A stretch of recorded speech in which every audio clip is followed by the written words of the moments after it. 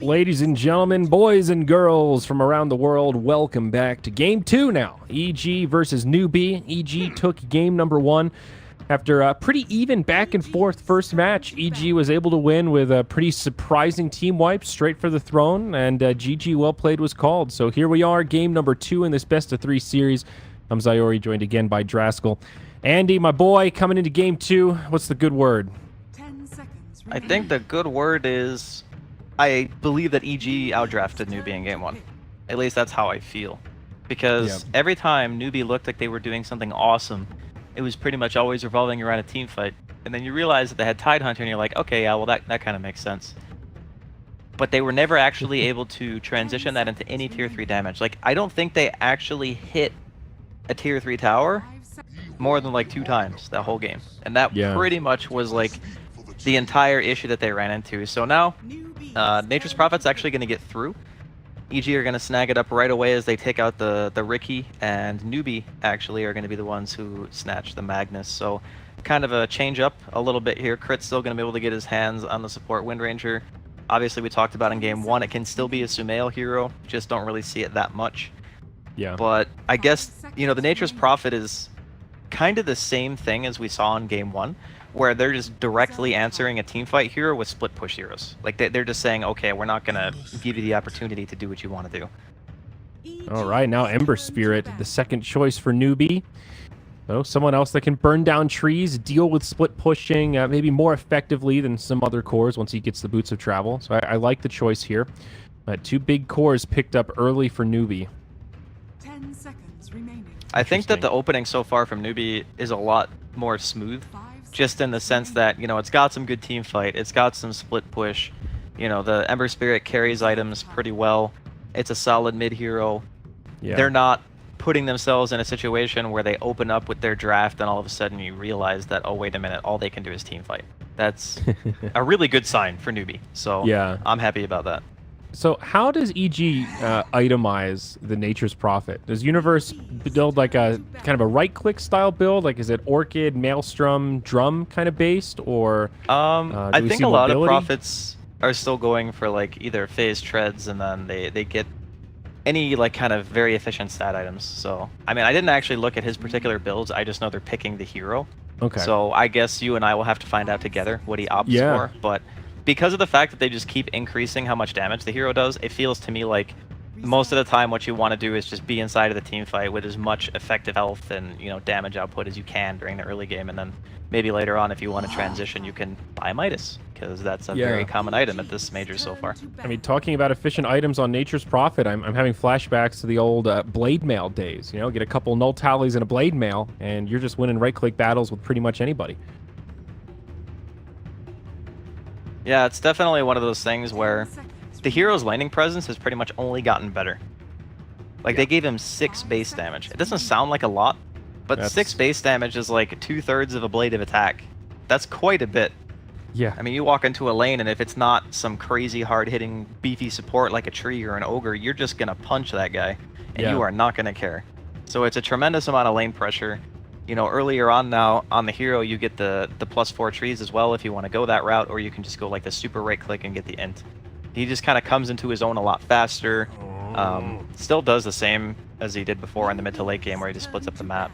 But overall, just really solid hero. Yeah, and can't forget about that global presence early on. Even level 2, level 3, we can see that teleportation play a role and help set up ganks in other lanes. So looking at bans, EG take out a couple of cores, ones that pair pretty well with the Magnus, Spectre, as well as Juggernaut, and we'll see Newbee ban Lina alongside the Nyx Assassin here. So still a lot of options for Newbee in terms of heroes that really benefit from the Empower, you know, like PA, Troll, probably 2 big ones still left in the pool that they might be considering.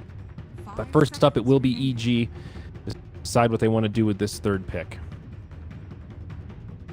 They could use a little bit more lockdown. At this point, I guess they're looking for either a Zai hero. They could potentially pick the mid too, I guess, since they know that it's going to be Ember. I wouldn't hate Invoker. It does kind of make them a bit of a farm-hungry team already, though, if you're going to pick Invoker, because then you have a Prophet and an Invoker, and you still kind of need Arteezy's hero. Is there a go-to counter to Ember if you see him picked up this early? you can kind of counter him in lane by picking Invoker, because you can just, you know, get the tornado early, and then you can always dispel the flame guard, so he can never push the lane. But it's actually pretty hard to just straight up super lane counter the hero. I've seen some people have, you know, moderate success like playing heroes like Ursa, because you just punch him. But other than that, you know, most other heroes that you're going to be picking, you know, your lean is obviously it's banned this game, but just heroes that kind of spam the wave and farm against him for the most part. I guess Nyx is another good one, but again, banned out. I guess in this capacity, they think that Newbee would potentially run a Nyx. I guess I would have to play it, right? If they were going to run Nyx. Yeah. Because he's the one who gets items. Yeah, I mean, it is really good against the Ember. You get pretty much a guaranteed stun with the Spike Carapace if he gets near you. And if you can follow up with an Impale, that's a lot of lockdown on the squishy Ember Spirit. So I get it, but I guess I could play Nyx Assassin. I don't see why not. No, I think he's played it in the past. I just think that it would be such a weird combination of heroes. Like, Windranger, Furion, because they banned the Nyx in the second phase, right? So then they would have to pick Nyx after that. God, their lanes would be so awkward. I don't even know if they would do that. Or I guess Sumail could play it as well. They have played Nyx mid, I think, a handful of times. And well, Crystal Maiden and right into the Invoker. So good call on that one, buddy. But CM, kind of the talk of the town. We've seen her banned out, it feels, more often than not. But she has been the support that has definitely risen in popularity, partially because of what she provides globally with mana regen to the team, but also what she can do in the jungle. Man, she just farms so damn fast if left alone.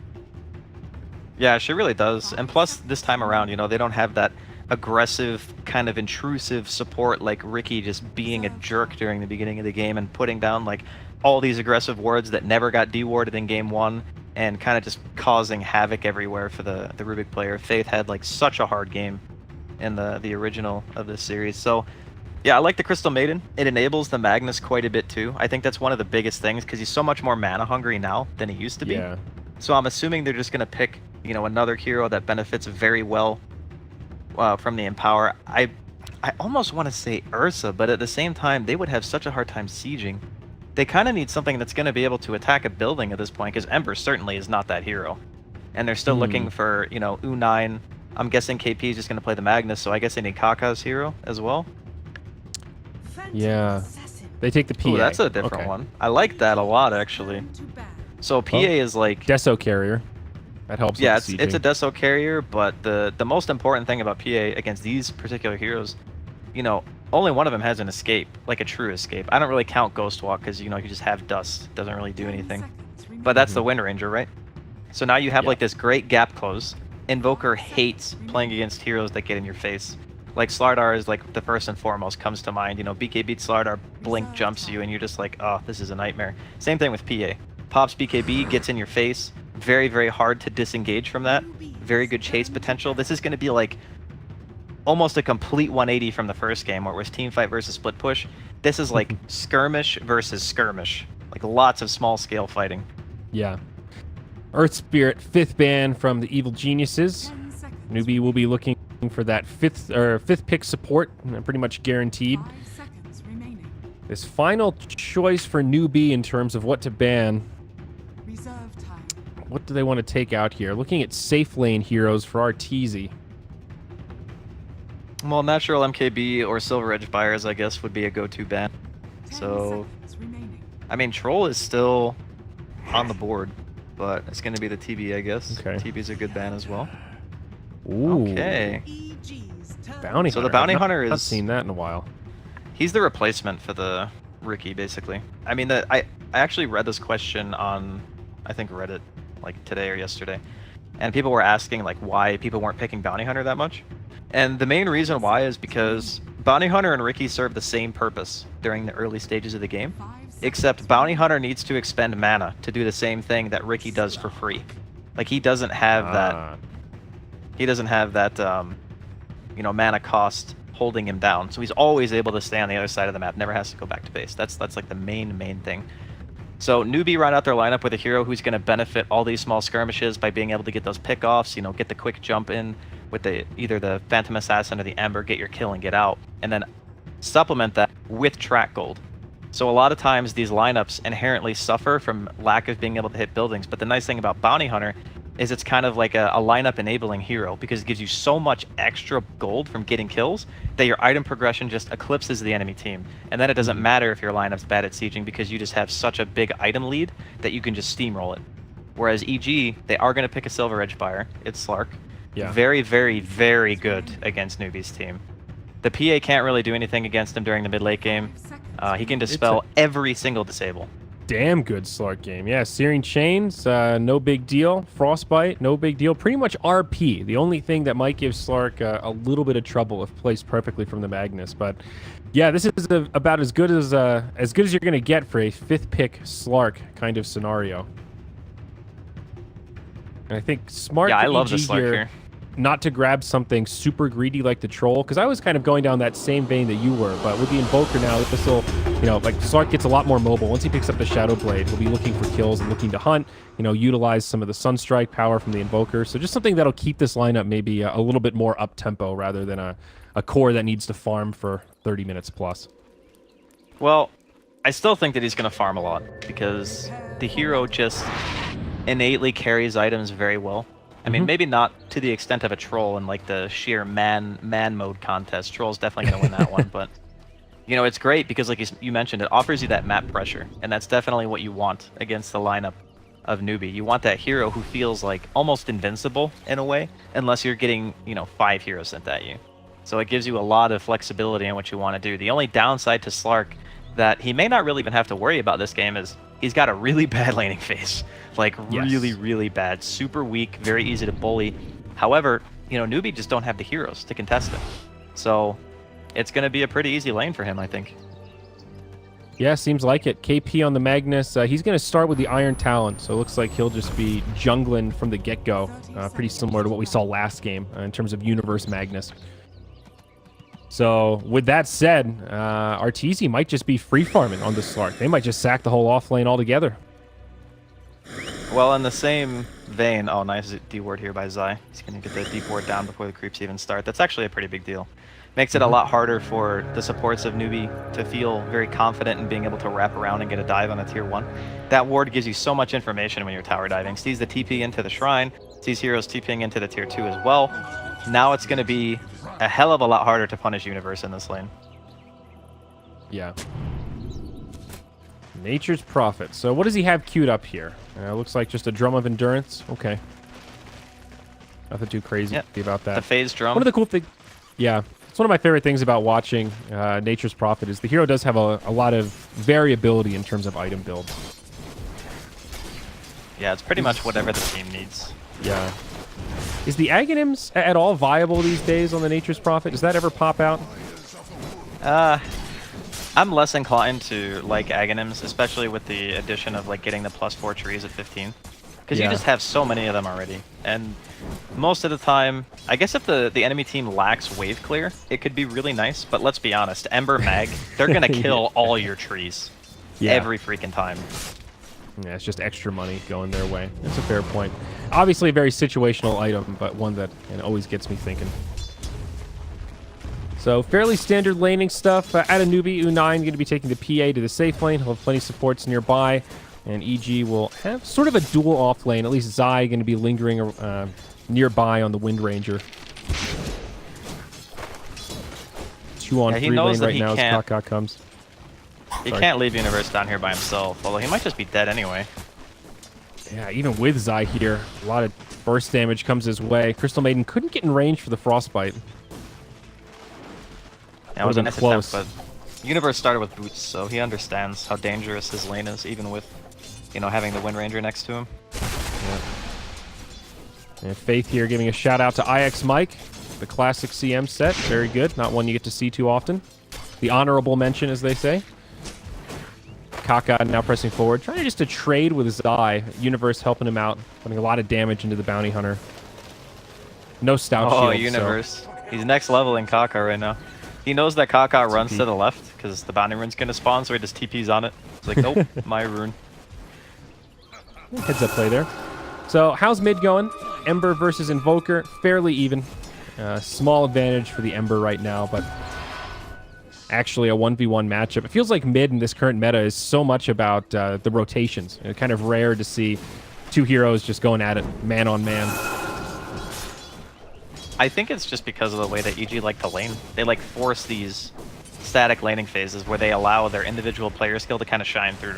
It's a really interesting way of doing it, to be honest, because, you know, Sumail is one of the best mid players, obviously, and then you have Arteezy, who's like one of the best safe laners, so ideally, oh god, Sumail. Yeah, he's in a lot of trouble, and he's not even going to try to run for it. He'll just stand his ground, knowing he can't get away from that. First blood drawn for Newbee, and it will go the way of the Ember on SCCC. Yeah, but as you know, we were talking about before Sumail got ganked by Kaka there. If you can force 1v1 matchups and you're really confident in your individual player skill on your team to win their matchups, then yeah, like doing this dual offlane thing can definitely be beneficial. But it's already become very apparent that, you know, EG aren't going to be able to just sit down there and do whatever they want. They've already had to rotate, you know, Universe to the jungle. They're going to move, you know, Zai around the map wherever he needs to be. I guess right now that's just dual jungling. I guess he wants the wind run. If he's going to be the one sitting bottom, he kind of needs that escape from the PA and the bounty hunter. Yeah. Well, he goes Shackle level 2, so I guess not. Okay. Go back towards well, this is what Crit did last game. Uh-oh. Okay, this time he's got the Tornado, so SCCC will lose his Flame Guard, and this time Sumail survives. But another kind of close call here. A lot of pressure on this Invoker. That's one of the things about Invoker that kind of makes him a little bit rough, is that it is pretty easy to gank him. Like, even just an Orb of Venom Bounty Hunter can cause a lot of problems just because of how little armor you actually have. Right back to it again. He does not have the Tornado for another few seconds, but SCCC, he takes a Cold Snap. Now Universe and Zai come in. Shackle doesn't connect, but the power shot's there, and Zai does find the kill. So they find some vengeance. They help out Sumail with a big rotation and get the counter kill. Yeah, really good stuff. I mean, if you look at the overall CS, it's pretty even between SCCC and Sumail. Like, they're both farming at roughly the same rate. I guess, you know, obviously, Arteezy's farming great because he pretty much hasn't had a hero in his lane, which is to be expected. But it also means that Crit's getting a lot of pulls off. You know, he's almost level 4 at 5 minutes into the game. So this Rubik in game 1, we saw him really struggle because of the Riki. This game, it's only going to be a bounty hunter, which is not nearly as terrifying because he can't just cloud you and put you in the ground. But yeah, Universe is being harassed up here. Oh, actually, Faith actually could be comes dying. in with the slow. Does Kaka have this? Throws the shuriken out. A few more auto attacks, they'll have it. He dives into the tower, but he is going to be punished. He dies first, and Faith shackled up by Zai. They're going to continue to chase him down, TP to the tier 1 mid, and it will be Sumail there ready to cut him off with a cold snap. Newbee punished hard for that deep commitment as EG pick up 2. Man, these early movements from Newbee are really not doing them any favors. I mean, the first one was successful because they got the kill on Sumail. But, you know, after that, you think when you're walking into a Nature's Prophet, you're doing the right call because, you know, the Nature's Prophet normally TPs for the counter gank. But when you're ganking him, he can't. But even going for Universe, they still get turned around on. Yeah. It's really kind of struggling so far. I mean, they are farming very well in their lanes, though. That's kind of like the saving grace right now for Newbee. Well, it's sort of a wash at the moment. It's interesting to look at the net worth, where, of course, Arteezy is number 1, just having a complete open lane to free farm. All 3 of the cores from Newbee doing pretty well, but then a huge drop-off after that, where the supports of EG are getting so much more out of this laning stage than the 2 supports of the Radiant. So right now, Crit and Zai helping level out that disparity. Though, as you were mentioning, the cores of Newbee all getting pretty much what they want. PA now getting a lot of space in lane. Still a little bit behind that of the Slark, but absolutely recoverable here, no doubt. Universe only level 4.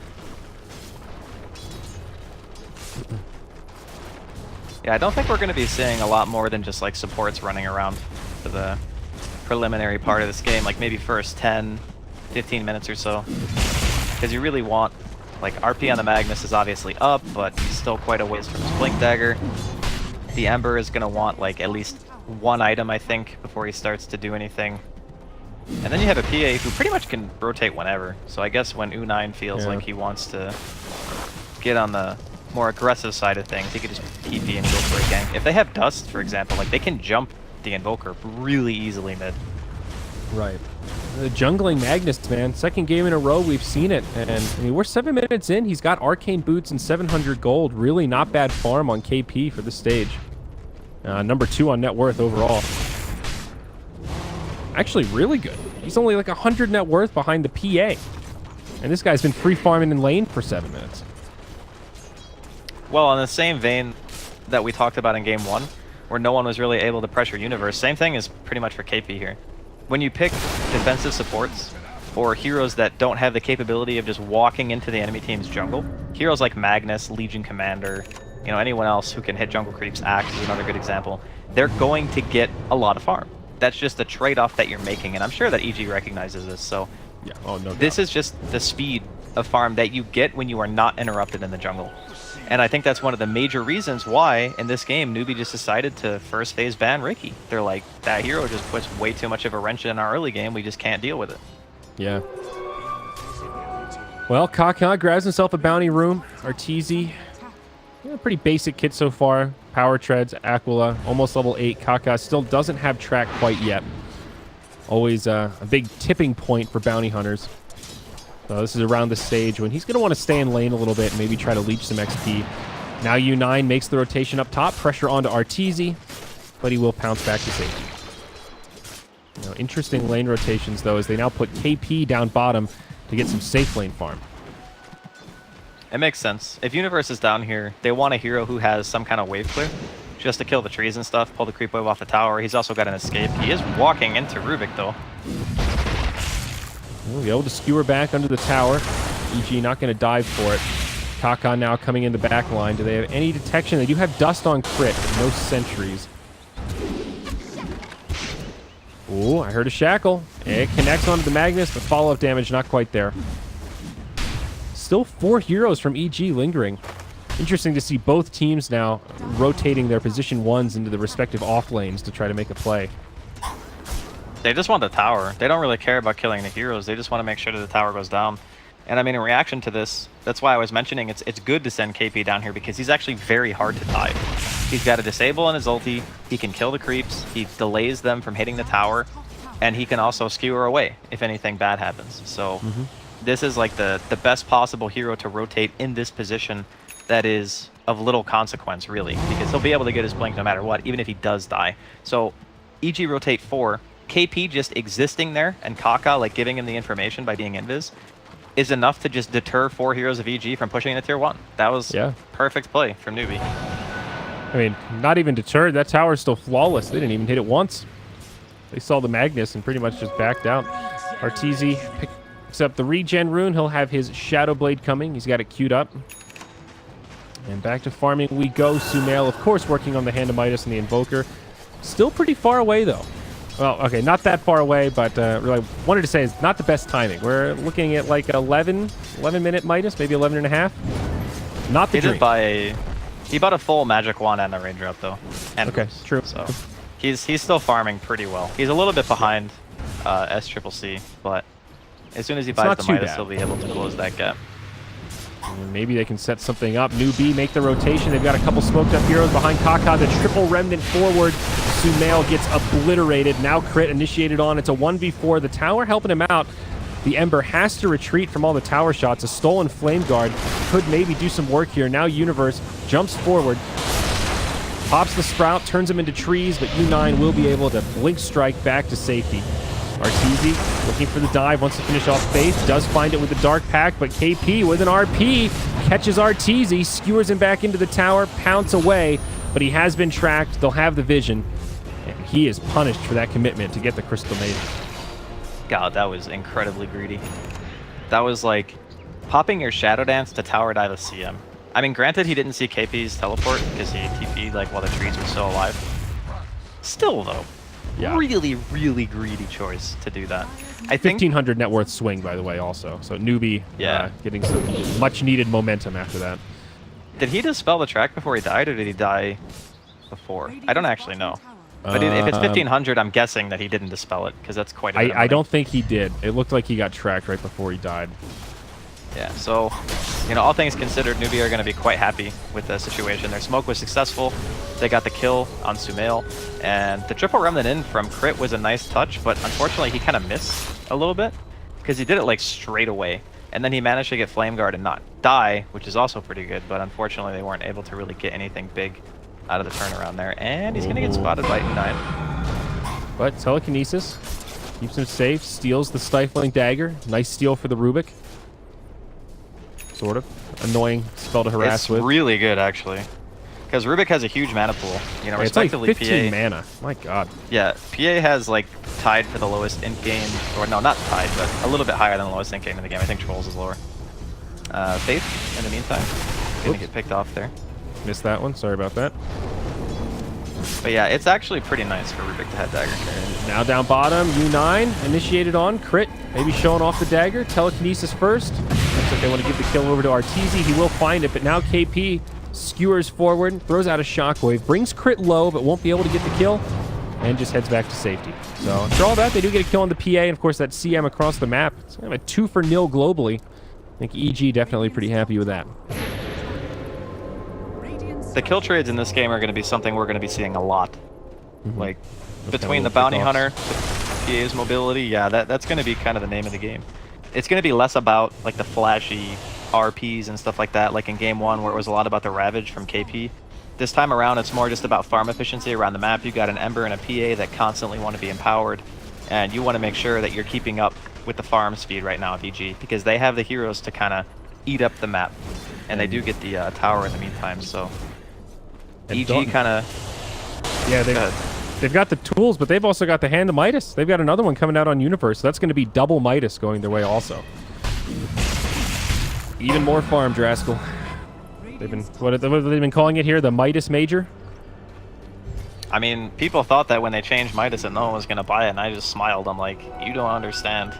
You don't understand how badly people do not want to hit tier 3 towers in this patch. Like, you remove the shrines from the base, maybe then people will stop buying Midas. But until that point, they're going to buy that item. That's a great item on the Prophet. And he spends a lot of time moving around, so some natural synergy there, and definitely one that makes use of that attack speed. So not a wasted item on him by any stretch. Arteezy very close to the Shadow Blade now. He's picked up an invisibility rune and just scouting around, maybe hunting for a stray Crystal Maiden or something, but will not fish his wish. Instead, Newbee grouped up about the mid lane. Let's see what they do here. There's a smoke on Crystal Maiden. No, I'm not going to use it quite yet. Oh, never mind. I spoke too soon. It's a Blink Dagger on Magnus. Looks like they'll try to reveal it with a smoke. Let's see what they can get. Zai looking like the likely target here at the mid-tier 1. And Kaka actually scouts out Sumail up on the high ground here. Can KP get there in time? He dodges the tornado. Yeah, but won't be able to find the Blink RP. There's a lot of wasted time here from Newbee. They're not getting anything out of the Blink yet. They lost their tier 1 in the safe lane. Like, honestly, I think it would have been better to just go for the solo RP on Zai, kill him, and then just claim the tier 1, which is what they may do here. Oh, Sentry Ward comes down. Though. They find Kaka. It's a great little pick off there. Meanwhile, mid, Glyph comes out. Pressure on the tier 1. Zai still trying to defend. Shackle shot does connect onto SCCC.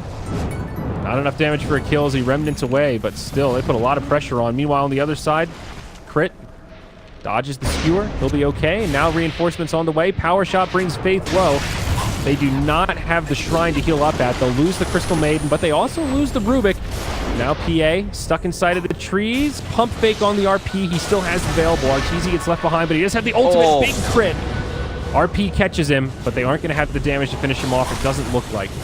He doesn't have the invisibility to survive, and U9 actually does as he blinks forward. God, great setup so there from actually. KP. Yeah, that was a really lucky crit to start it off. He daggers him. He takes the DD and turns around and just boom, 600 crit. I think, you know, had it been just a normal auto attack, there's a good chance that he wouldn't have died. But I suppose you could also make the argument that he did hit him like 4 or 5 times in total. So he probably would have gotten the crit within those auto attacks anyway. So big turnaround there from the side of Newbee. They claim the tier 1 of EG. They get the Slark kill. The RP was committed, but hey, more than worth it. Again, it's not about like these big, huge RPs. Just get a kill. Great use of the RP as well. Now another setup onto Kaka. Sunstrike connects, and they've got all the damage in the world. Zai finds the kill with the power shot. I think at this point it's more just about, you know, how much can Newbee do with the track? I think that's the main thing. I mean, sure, it's going to be nice to have a bounty hunter on your team for information gathering, but you really do kind of want to be, I think, fighting a little bit more because Sumail is still pretty easy to take down at this point, right? Like, he's got the Midas, he's going straight into the Aghanims, no defensive items really on the side of EG at this point. There's Midas on the Furion. The PA is actually so strong. As soon as you hit that timing where you have, like, Deso, I guess he's going for the Vlad's next on U9, and then he'll have that BKB. When he gets to that point, he's going to be, like, about as close to unkillable, I think, as you can get. And then he can just jump whoever he wants. If he's carrying Dust, he'll be able to kill Sumail. They don't have really any BKB lockdown. I mean, they can Sprout, but as long as he has the Quelling on him, he'll be able to just get out of it, or he can just blink. Yep. So I think that Newbee have this really strong opportunity. Slark going for the Silver Edge pretty much straight away here to break the PA. Absolutely needed. With all those items, plus 50% evasion, yeah, there's just literally unkillable. So this will at least give them a tool. Now down in the bottom lane, Ember Spirit initiated on. A lot of lockdown from EG, but they have the damage. Power Shot from Zai does about half of his HP, and they do find a kill before he can drop down a Remnant. Now Faith initiated on, but eats through the trees right away. Fast fingers, he's picked up the Quelling Blade. Smart choice. Without the Quelling Blade, I think he actually dies there. That's a life-saving Quelling Blade. He was way dead if he didn't have a Quelling there. Yeah. The Sunstrike came in, like, immediately, so he doesn't dodge that. He's gonna the power of a hatchet. pretty much die. Dude, I actually think that if you're playing a support with no escape against a Furion and you don't have a Quelling Blade when you have inventory slots, you are just not playing the game correctly. Like, you need that item. Yeah. There's a substitute right there, folks. Free MMR from Dr. Draskell. Aghanim Scepter up on the Invoker, by the way. So things coming together a little bit more for EG. Newbee maybe thinking about Roshan. Look at Universe, man. He's just like, he knows that Newbee are trying to posture for Roche, like you were mentioning. Like with the Vlad's Deso and Empower, that's more than enough. Like the PA can actually solo Roche at this stage, even though he only has 2 points in a Blur. So Universe is like, okay, you want to go for Roche? I'm going to just take your tier 3. Yeah. It's a smart choice. Roche falling pretty quickly, though. 2 more auto attacks from this PA, and he's going to be a goner. EG starting to move in, acting like they want to try to make something happen here. Sunstrike will fly through, and it actually gets the kill on Roche. Yeah, snatched by the PA. So EG get the gold for Roshan. Huge play from Sumail. That was very, very well timed. So I guess Universe didn't really get the full tier 3. He got a little bit hesitant because around the Roshan pit, they have 1 ward on the high ground, but they couldn't actually see to Newbee's side of the map. So because the ward didn't see far enough, he didn't feel safe in being able to hit the tower enough to potentially threaten it. I think, you know, if he watches the replay, he'll be like, ah, I could have probably gotten that. But it's very, very scary to push like that when you just don't have the vision. Absolutely. Now bottom lane, Arteezy. Silver Edge up. He's going to be surrounded. He does have Sumail behind him, but Kaka starting to scout things out. U9 and Arteezy bump right into each other. He gets a crit immediately. Arteezy has to use the ult earlier than he'd like, but PA taking so much damage from Sumail. Still just barely alive. KP comes in, does not use the RP. It's a pump fake. Aegis procced. Now Sumail in a little bit deep. SCCC doing a lot of damage. They will bring him down, but now that Arteezy's back, they finish off Magnus. Arteezy, though, deep into the tree line. He doesn't have any survivability tools here. He does try to leap into the trees. Is he actually going to survive? They can't find him. He's going to regen up, but crit will get brought down by U9. Very awkward fight there, but ends up a 2 for 3, kind of a 3 for 3 as they did lose the Aegis on EG. But I think Newbee fairly happy with that overall. Yeah, there were 2 tracks. So even though Kaka died, like, immediately there were some preliminary tracks being thrown out. So because of the gold change, like, that makes it, I think, worth it for Newbee. Maybe not, like, the biggest bang for their buck in regards to the Aegis usage on U9, but it's enough to be satisfied. Because he's still, you know, remaining in the pretty close to the top 3 net worth at the moment. Arteezy really wants this. I think with a Sunstrike, it might be enough. He's thinking about it. He's doing the math. He pulls out the calculator, the break to get things started. Now Universe comes in, and this PA just gets melted. That's a fresh Orchid on Universe. I didn't realize he had Orchid already. Okay. He is super farmed. Now this tier 1 mid in a lot of trouble. There is no glyph available for Newbee. But SCCC charging forward with the Flame Guard on. KP, Skewer onto Universe, thinking about the RP, but still holding on to it. Sunstrike comes in. Now the RP gets used. Connects on 2. Nature's Prophet does finally fall. Without the PA, their damage feels a little bit weak. The meatball flies in. They bring down Faith. They bring down KP. And this Ember Spirit barely survives as he makes it back to the shrine, but not into the clear yet. Cold Snap doing some work. Arteezy trying to chase him down. Power Shot falls short, but the Dark Pact is there. And he finds that last auto attack. It's a huge fight for Evil Geniuses, and now they will be able to claim that tier 1 tower mid. God, the stolen RP there, like, you just set up the Tornado and the like Deafening Meteor as well on those 2 heroes. Like, sure, SCCC didn't die during it, but it killed the other hero. Yeah. And like, the SCC actually played that so unbelievably well to live that long, because he gets the Remnant up to the high ground. He realizes that Sumail's auto attack is literally in midair, and if it hits him, he's going to die. So he has the foresight to Sleight of Fist the Ancients to dodge the auto attack after the Remnant ends, but then still dies. PA mid. Shackle does latch onto that creep, but they don't have the follow-up. Newbee have enough resources. Crit left behind. That'll be a track kill going the way of Newbee. But more importantly, they keep their PA alive, at least for now. Arteezy, he comes in as U9, gets a little bit greedy moving into the Ancients. Artur does get the kill with the break, but now can he survive this? He has the ultimate. He turns onto Kaka, lacking on some detection, but now Universe joins the party. Magnus going to be in a lot of trouble. They don't even need the Orchid. EG still continuing to find the better of these exchanges here in the mid lane, pulling further and further ahead. It's now a 10,000 net worth lead for this Dire squad. They're just getting so much more out of the map right now than Newbee. Like, as soon as the Silver Edge was done, they just realized that, you know, this is our timing. We can't allow U9 to get to that BKB, because that's the huge power spike for Newbee that we talked about. You know, if he gets to those items and EG haven't really influenced the map in any meaningful way, then yeah, I think that Newbee can very easily walk away with the game. We saw what happens when he gets a little bit lucky with some RNG. He's gonna kill whoever he goes on. So the fact that EG are getting this much in this stage of the game before those really key items are coming out on the PA especially, it's like the best scenario for them, because they're denying so much track gold away from Newbee, just consistently winning the fights. You know, up until this point, I really don't, like, I haven't felt the presence of the Bounty Hunter that much outside of the fact that he's just getting a little bit of bonus gold for his team. Oh, down bottom, we're going to see Universe in some trouble. He drops the Sprout, almost keeps him alive, but it is not enough. Newbee closed the gap, they cut down the trees, and they'll find a pick off there. Much needed for the PA. Honestly, U9's momentum has really slowed down. Been dreaming of this BKB for a while, and now finally getting close, pretty much just a recipe away. But not quite this snowballing PA that we were anticipating could come out. Sumail now getting very farmed on the Invoker. Midas paying some dividends. He's got the Yules, he's got the Blink on top of the Ags. Starting to feel pretty comfortable as Arteezy finishes off that tier 2 in the top lane. Free tower for him.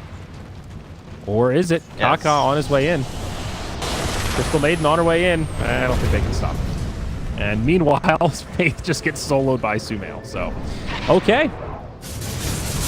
EG continues the reign of dominance. Arteezy goes in again up top as U9 pops forward. And this time maybe biting off more than he could chew, but no, it's Sumail with the Tornado. Arteezy still ready to fight, reinitiates. Crit joining the party, some remnants forward. They will finish off SCCC, give him a taste of his own medicine, but it's an RP again. KP sets it up, brings down the Rubik, but they just don't have the resources here, Draskell. Newbee are dropping like flies, and in the end, it's EG that come out big, losing only a support, almost gaining a team wipe for themselves. They ping the high ground. They're going. At this stage, I actually just feel like Newbee are getting outplayed in the fights. Like, yeah, they go for Arteezy. For such a long time, he was actually being spotted out by Kaka, who had a gem, right? He had a gem, he was spotting out Arteezy. He had to have known that his Shadow Dance passive wasn't on. So he was baiting it the whole time. He was baiting it knowing that Sumail would be in the vicinity to throw out a Tornado to potentially save him. He TPs, cancels his own teleport, realizing that they can actually turn it. Gets the hit onto the Ember Spirit, and then the immediate Orchid to follow up from Universe to make sure they get the kill. And like you mentioned, like not having enough in the tank, it's because they killed the damage-dealing hero pretty much, and then almost U9 as well. Nice duels here. Poor Magnus. He's still not going to be able to survive through it, though. Just sets it up for the power shot. Is now Bounty Hunter getting pushed back as well. He'll get brought down. Double Remnant forward. Finishes off Sumail as U9 blinks in. But where are the reinforcements? EG still have a lot of heroes alive. Faith channels the freezing field, but one more right click, and he's going to pay with his life for it. Sumail will actually buy back. They finish off the barracks mid, so that's 2 lanes of barracks down. EG not done yet. They just head straight bottom. They force the buyback out of the Ember Spirit. Universe heads back home, but he will be able to teleport back into this fight. Tier 3 tower down bottom falls, and this is the last lane of barracks before Megas. And it looks like Newbee running out of resources. It will be a dieback for Sumail, but we'll call it space created to try to finish off the barracks. They'll leave the range still standing. That is the fresh BKB on U9. That's a 10-second charge, now on cooldown. Crit getting low, but able to make it back. They're pursuing pretty far out of the base. And this Ember Spirit, he's getting damn low. Arteezy will finish him off. Yeah, they get the Rubik, but at what cost, as they say? U9 gets the crit on Universe, but indeed does pay with his life. There is a buyback available on the PA, but not for the Ember. And with that, Newbee call the GG. EG take it 2-0. My goodness. That game escalated quickly, as they say. It was like not a lot of fighting into, okay, there is just non-stop fighting. And